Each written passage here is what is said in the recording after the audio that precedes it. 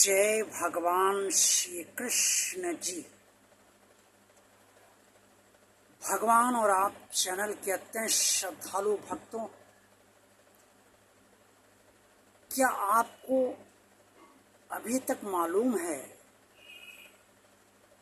कि जो पूजा आप करते हैं उसी पूजा के जरिए आपको अगर कोई रोग है तो वो ठीक हो सकता है, और जो पूजा आप करते हैं उसी पूजा से आप स्वस्थ भी बने रहते हैं।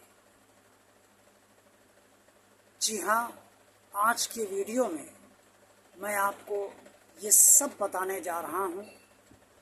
ये बहुत ही रहस्य के विषय हैं, आध्यात्मिक रहस्य के विषय हैं, लेकिन भगवान के भक्तों को आध्यात्मिक रहस्य जानने का पूरा अधिकार है। चूँकि आप सब भगवान के भक्त हैं और भगवान का पूजा पाठ करते हैं, इससे आप सबको ये जानने का पूरा अधिकार है। प्रिय श्रद्धालु भक्तों, पूजा में जो जल रखा जाता है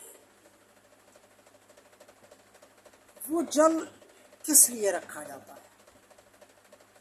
क्या इसलिए कि उस जल को भगवान को अर्पण करना है, या इसलिए कि पूजा करने से पहले भगवान को हल्का सा जल हम सब अर्पण करते हैं और जब भोग लगाते हैं उसके बाद जल भी उन्हें अर्पण करते हैं? ये जो जल होता है, ये जल भगवान को अर्पण किया हुआ हो जाता है तब जब आप पूजा में इसे रखते हैं। और जब ये इस जल से भगवान का भोग लग गया तो ये जल भगवान का जल हो गया। अब इस जल में भगवान की वो सारी स्थितियां आ गई जो आपकी पूजा के जरिए उत्पन्न हुई। उन स्थितियों के कारण, उन गुणों के कारण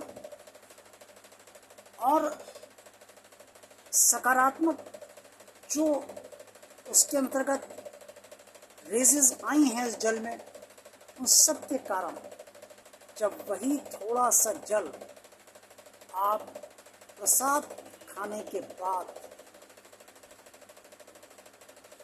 हाथों में लेकर पी लेते हैं तो वो जल आपके लिए अगर कोई रोग है तो औषधि बन जाता है,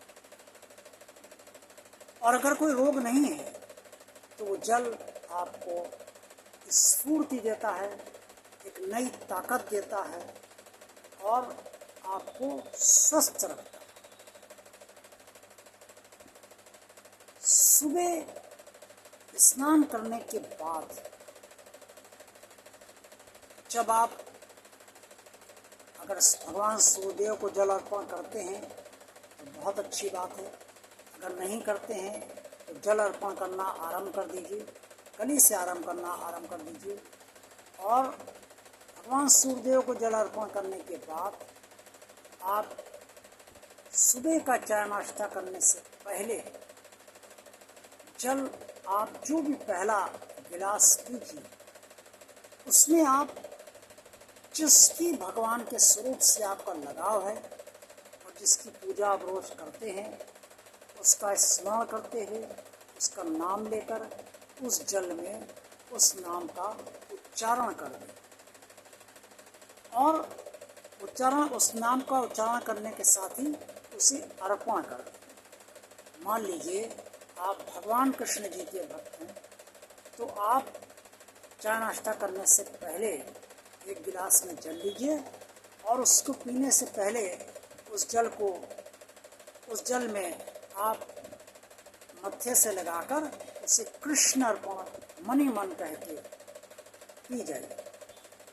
अब ये आपने भगवान को जल अर्पण कर दिया, सुबह से आपने कुछ भी खाया पिया नहीं, अब आप जल का पहला गिलास पीने जा रहे हैं और ये आपने भगवान को अर्पण कर दिया।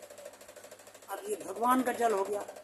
तो जब ये खाली पेट आपके शरीर में प्रवेश करता है तो ये आपको एक नई ताजगी देता है, एक नई स्फूर्ति देता है और आपके अनेक शारीरिक रोगों को भी नष्ट कर देता है।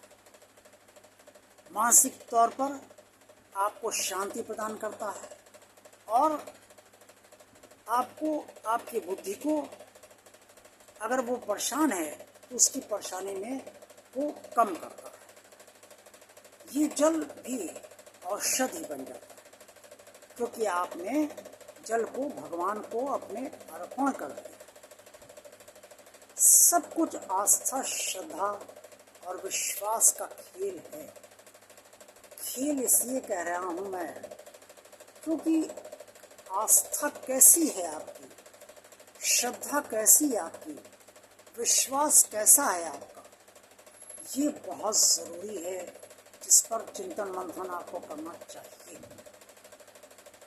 अगर आस्था, श्रद्धा, विश्वास गहरा नहीं है तो जितनी भी चीज़ें मैंने आपको बताई हैं ये आप पर असर नहीं कर पाएंगी। भगवान को आप हृदय की गहराई से अपना मानते हैं और उसके प्रति आपकी आस्था और उससे जुड़ाव बहुत गहरा होता जा रहा है, तो ये समस्त बातें जो मैंने आपको बताई हैं वो आपके साथ फलीभूत अवश्य होंगे। ऐसे बहुत से रोग ठीक हो जाते हैं जिन्हें डॉक्टर ठीक नहीं कर पाता, मेडिकल साइंस ठीक नहीं कर पाता, वो पूजा के जल से ठीक हो जाता। अगर आपके शरीर में कहीं दर्द है तो यही पूजा का जल हल्का सा लगा लीजिए, आपका दर्द हल्का हो जाए और धीरे धीरे ठीक होने लगे। एकदम से कुछ नहीं होगा, आप रोज लगाइए और इस विश्वास के साथ लगाइए कि भगवान ये मेरा रोग है, इसे आप ठीक कर दीजिए। आपकी पूजा का जल मैं यहाँ पर लगा रहा हूँ, इसे ठीक करने के लिए मनी मनी भगवान से कह दीजिए, वो लगाते रहिए। सिर्फ एक बार लगाइए, पूजा करने के बाद आपको आराम मिलता जाएगा।